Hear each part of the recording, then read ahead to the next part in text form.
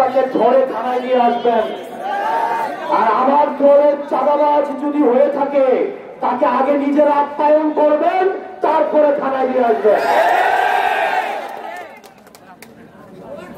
এই 20টা চাঁদাবাজ আমাদের আশেপাশে এখন হচ্ছে অনেক তেলবাজ জড়ো হয়েছে।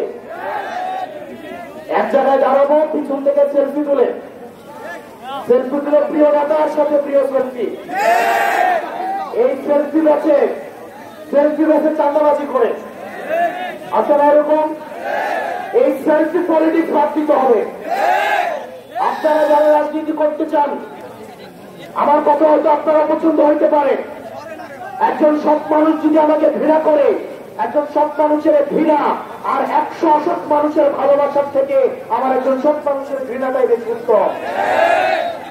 এই সেলফিবাজ থেকে, এই ফুটেজ খুরদের থেকে আমাদেরকে দূরে থাকতে হবে। আপনি দেখবেন অনেক ফুটেজ খুর আছে যাদেরকে কোনো সময় কাজে পাওয়া যাবে না। একটা প্রোগ্রামের আয়োজন করেন, তাদেরকে ফোন দেন, তাদেরকে পাওয়া যাবে না।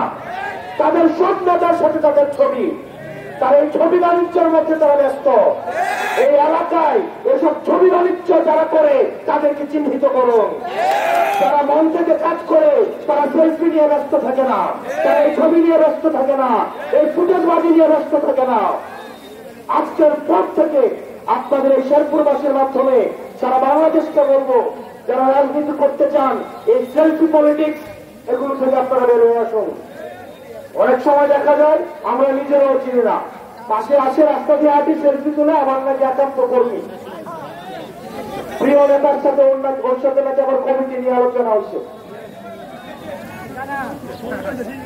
এই জিনিসগুলো থেকে বের হয়ে আসতে হবে। মনে আছে আন্দোলনের সময় বলছিলাম, আমাদেরকে যখন হাসিনা বলতো বিকল্প নাকি খুঁজে পাওয়া যায় না, তখন আমরা বলছিলাম আমরাই বিকল্প। আপনার কর্মী না, নেতার পিছনে ঘুরে লাভ নাই, নিজে নেতা হয়ে উঠতে হবে।